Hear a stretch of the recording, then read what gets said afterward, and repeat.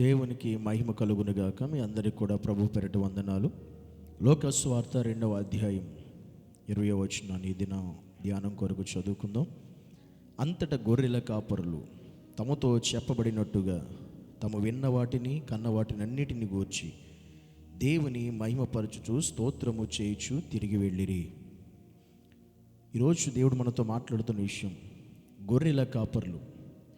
యేసు క్రీస్తుని గురించిన వర్తమానం ఎప్పుడైతే వారికి తెలిసిందో, వారికి అర్థమైందో, వెంటనే వారు తమకు చెప్పబడినట్లుగా యేసయ్య మీ కొరకు జన్మించబోతున్నాడు, ఆయన జన్మించి ఫలానా స్థలంలో ఉన్నాడనే విషయం తెలియపరచగానే అది తమతో చెప్పబడినట్టుగా తాము విన్న వాటిని కన్న వాటిని గూర్చి దేవునిని మహిమపరచుచు వారు స్తోత్రము చేయుచు తిరిగి వెళ్ళిరి అని వ్రాయబడింది.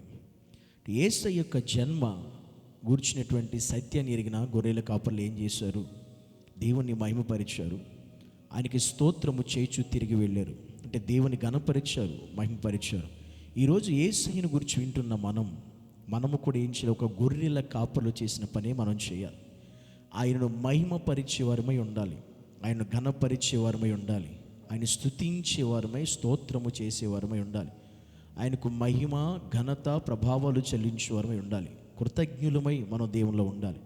ఎందుకంటే గొర్రెల కాపరులు తమ మందను విడిచిపెట్టి, తమ పనులను పక్కన పెట్టి, తమ మందను కూడా పక్కన పడేసి ఆ యేసయ్యను చూడడానికి వెళ్ళారు, ఆ యేసయ్యను దర్శించడానికి వెళ్ళారు, ఆయన ఆరాధించడానికి వెళ్ళారు, ఆయన మహిమపరచడానికి వెళ్ళారు. ఈరోజు యేసును గూర్చి తెలిసిన నీవు ఈరోజు నీ పనులన్నిటిని పక్కన పెట్టి, నీకు సంబంధించిన వాటిని పక్కన పెట్టి ఆయన మహిమపరచడానికి వెళుతున్నావా? ఆయన ఘనపరచడానికి వెళుతున్నావా? ఆయన నామాన్ని హెచ్చించడానికి వెళుతున్నావా? ఆయనకి స్తోత్రము చెల్లించడానికి, ఆయనకి కృతజ్ఞత చెల్లించడానికి ఆయన యొద్దకును వెళుతున్నావా? ఒకసారి ఆలోచించు. గొర్రెల కాపర్లు తమకు చెప్పబడిన దాన్ని బట్టి, తమ విన్న వాటిని కన్న వాటిని బట్టి దేవుని మహిమపరిచారు. ఈరోజు నువ్వు ఎన్నో వింటున్నావు యేసయ్య గురించి.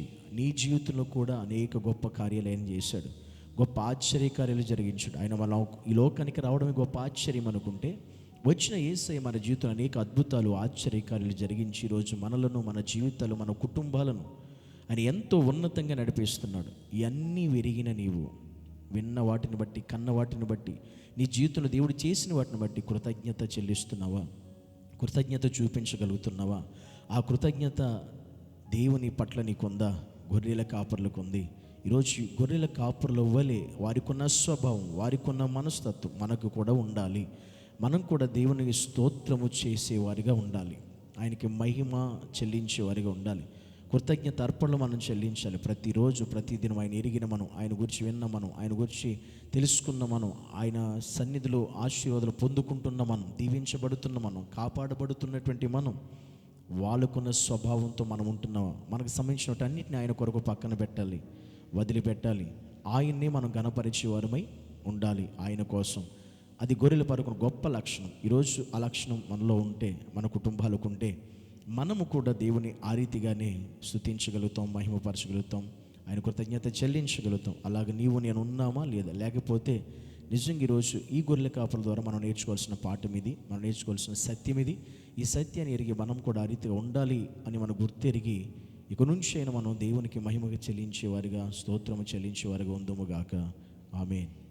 యేసయ్య నీకు వందనాలు, స్తోత్రాలు ప్రభువా. నీ సన్నిధిలో గొర్రెల కాపర్ల వలె మేము కూడా విన్న వాటిని కన్న వాటిని గురించి చెప్పేటువంటి వారిగా, ప్రకటించేటువంటి వారిగా, తెలియచేసేటువంటి వారిగా ఉండే కృపను మా అందరికీ దయచేయమని యేసు నామములో ప్రార్థించి వేడుకుంటున్నాము తండ్రి.